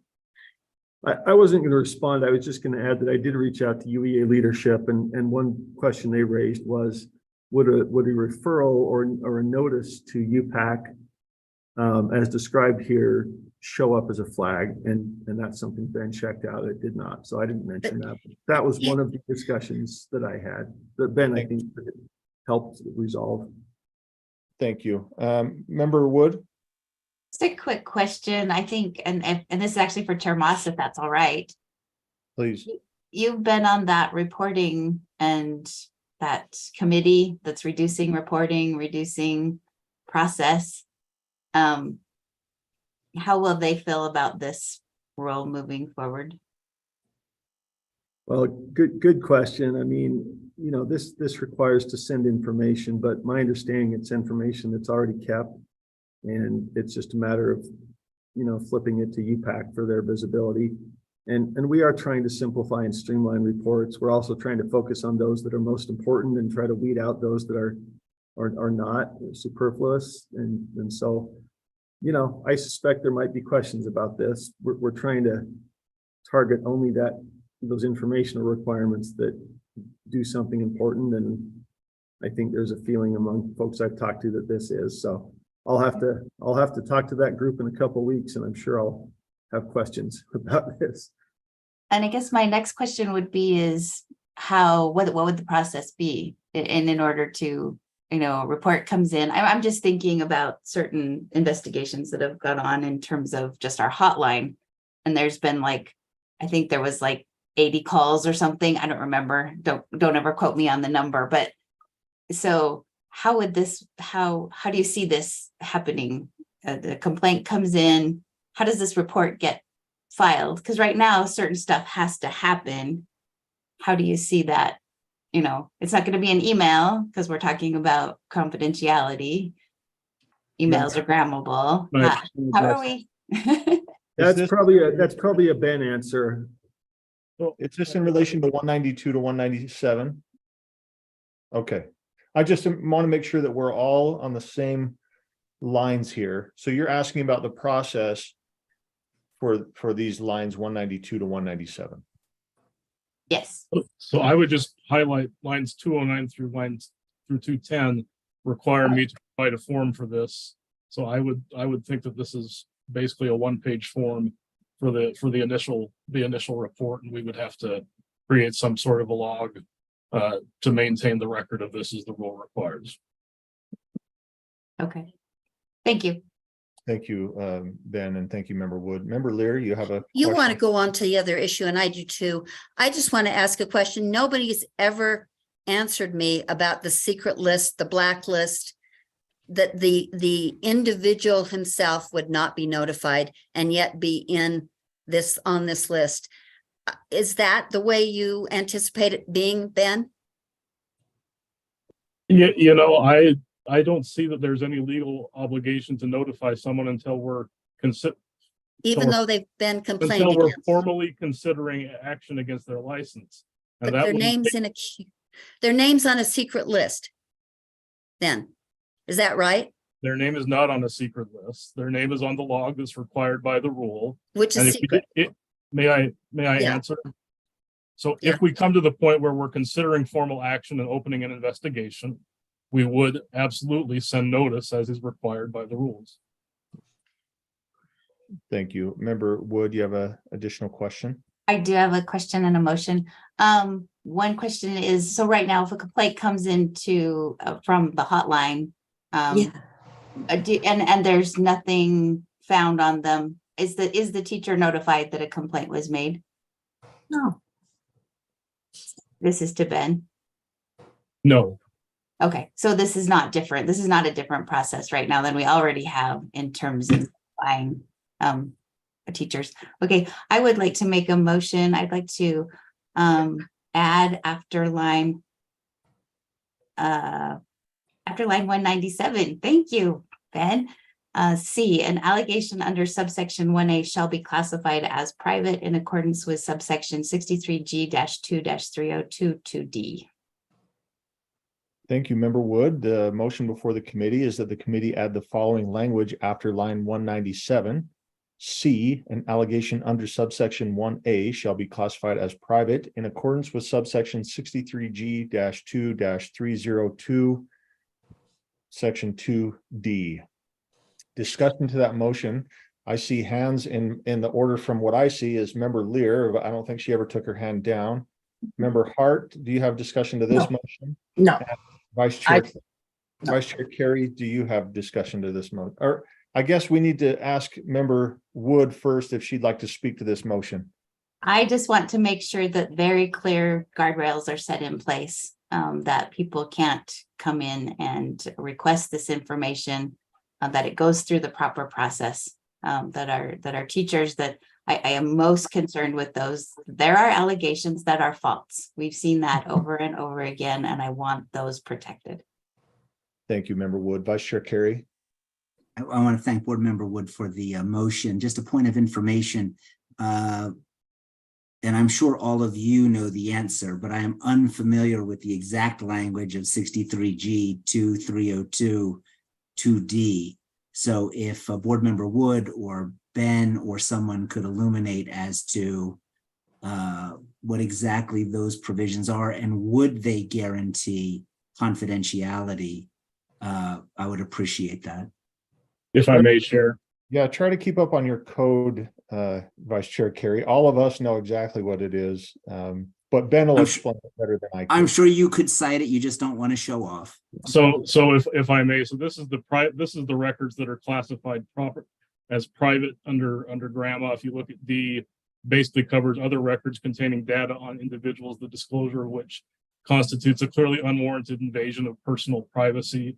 I think you could classify it there under 2A as well as employment of records as well. But I think 2D, it's kind of basically guaranteeing personal privacy when justified. And Chair, if I may. Yes, please. This classification would protect it from GRAMA requests. Is that? Yes. Thank you. Thank you, Board Member Wood. Thank you, Chair. Thank you. Member Lear. But to that point, and I can't point you to it right this second, but the subject of the record is always able to get that information. So if teacher A, vice principal B calls Ben and says, is my name part of your queue, your blacklist queue? He would have to respond, is my understanding of this provision. Ben, can The you subject of the record has that opportunity. clarify that, Ben? There are cases where we can release information to the subject of the record. I don't know that it's an absolute right, but I think we have discretion to release private records. I'll find it in here. I know that the subject of the record always has that opportunity. Do we need to just? If you want me to, I keep thinking I can scroll on this screen and I can't. But I think that. So the statute is, if I may, Member Lear, is 63G-2-202. Yeah, I know. I've just got I'm just trying to. I can look it up on my phone, but A government entity shall, upon request, disclose a private record to the subject of the record. There you go. So I guess everybody who fears being complained against will have to call you. You could. Well, I think basically what that says is if an educator wants to know if there's a complaint against them, they'd be entitled to know. But they'd have to call you. And then you would reveal from your blacklist their name. They would have to file a GRAMA request. No, shall upon request. I don't think that says that, but. I don't know how much to get into this law debate because I know nothing about it, but I know that this is reflective of what we want. If Member Lear votes in favor or against this motion, so I'm not sure if we get more information on this motion, or if people are ready to vote right now. Member Lear, your hand is still up. Do you have? Oh, it just I don't think there's a question here. We've had problems with UPAC before when records that were supposed to be revealed were not revealed. So I think this is clear that if a person called Ben concerned that his name was on that list, that person would have to be, Ben could perhaps delay it with a grandma process, but that, I don't think that law is unclear. It would have to be revealed to a person whose name was on that list. That's, I just think fussing with that or hedging is not an accurate, fair answer. Thank you, Member Hart. And I want to remind the committee that something that you are very aware of, it is 9:02. And clearly we're not going to get through this rule tonight, but let's move on to Member Hart. So I really and truly, when I went through this and talked about it, I didn't see the differences that other people are seeing from what we already do. We already, when a parent makes a call to the hotline, it goes to UPAC if like, not in every single case, because some people make them anonymous and then they, through the course of the conversation, they decide to do something different or whatever. But the ones that do go to UPAC, they go on what you're referring to as a list. I don't think this is, but if that's a sticking point, I guess we could do something. I just, the law, I don't see how this is that epically different than what we already do. But there are some places where I am concerned. I actually would be more, if it's coming from an LEA, I think the employee has a right to know that. And they have a right to know, I think they should have a copy of the form that Ben would require. Okay, so I'm saying all that because I need more time as a committee member to understand some of the things that I really thought were pretty much either we already did it or it was changing a may to a shall, which I think is incredibly important information that we have, given the rules that we set. This is an accountability measure. We can't, anyway, I move to postpone this to a scheduled meeting. I move to postpone. I don't know when. Somebody's going to have to help me with that. So that would be a substitute motion, as far as I understand. Oh, shoot. I'm sorry. I wanted to vote first. I wanted to close this out and then make a postponement. Can I just withdraw my postponement motion? Yeah, we'll put a pin. I don't want to leave a motion hanging on the floor. I guess if I just ask a question regarding this, and I get the time here, but if I ask a question regarding this motion here, do we feel like, and I refer to our AAGs, I guess, because obviously there's some back and forth between Director Rasmussen and Member Lear. Do our AAGs need time to look through this, or are we confident that we are within the law here? And I don't know if they're here with us this late. Yeah, I'll admit, Chair Hymas, I was out sick all last week, so I haven't had the time to properly legally vet this. And I definitely, if that question is going to come to us, I would definitely like to have more time to properly vet that. Okay, with that, Member Wood, what are your thoughts on a potential motion from Member Hart and bringing this back, or do you feel confident in moving forward with this right now? I would be happy to move to table this motion and move to, so that further investigation can be done. I don't want to put in a motion that doesn't include everything that needs to and doesn't align with law. So Okay. point of clarification, Your Please. Honor. Please, Carol. Is this a motion to table the rule or to table this motion? This recent Leanne motion? So I believe that Member Wood, and correct me if I'm wrong, Member Wood is withdrawing her motion for a time, and then Member Hart has a motion that she would like to put forth. Yes. So if the motion is withdrawn, there are no motions on the floor. We're going to turn time over to Member Hart. Okay, I move that we postpone this to a properly noticed meeting in the future.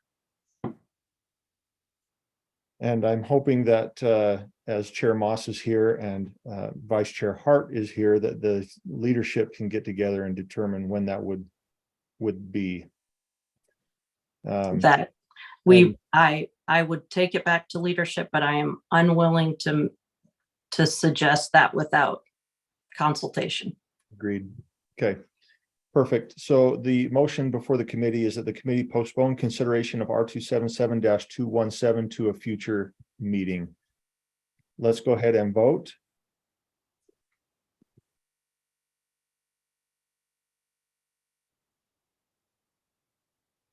So the blacklist people are safe for now, right? Oh, Carol. Oh, I'm going to use that phrase over and over. They have and- never been safe, Carol. It looks like that passes Well, unanimously. let's talk later about the audit process, because that's not my understanding of the audit process either. We will, that passes unanimously. Interestingly enough, thank you, committee members, for your work on this, and please continue to work on this. Again, we cannot overstate the importance of this rule and what this does for our entire system. So we do want to make sure we get it right. And then please work with staff as we come forth with additional amendments. I know that there have been various people reaching out during these conversations, and so we look forward to additional discussion in the future. We do have one more agenda item. Oh, we do? We do, but it is, Ben, To help me adjourn? understand, this is kind of tied to There's no- 17. It's yeah, a I would- discussion item. I would say that we don't need to discuss that, given that no action's been taken on 217. Okay. So I am looking for a final motion, and Vice Chair Carey, you have a question, comment, or motion? I don't know. Yeah, sorry, Chair. I just wanted to say, again, I just wanted to thank staff. I know this meeting was put on the calendar, and I'm sure it wasn't just me, that everyone on this committee and probably everyone on the board was making calls and reaching out to staff. And it has been nothing but a lot of hard work and sacrifice on their part in getting, at least for me, the information and materials I needed. So I just wanted to say thank you to staff for all that they've done in regards to this particular rule that we just didn't hear. But thank you. Thank you. Seeking a final To motion. adjourn, please. Oh, to adjourn. Member Lear, To adjourn. motion is to adjourn. All in favor? Aye. Meeting adjourned.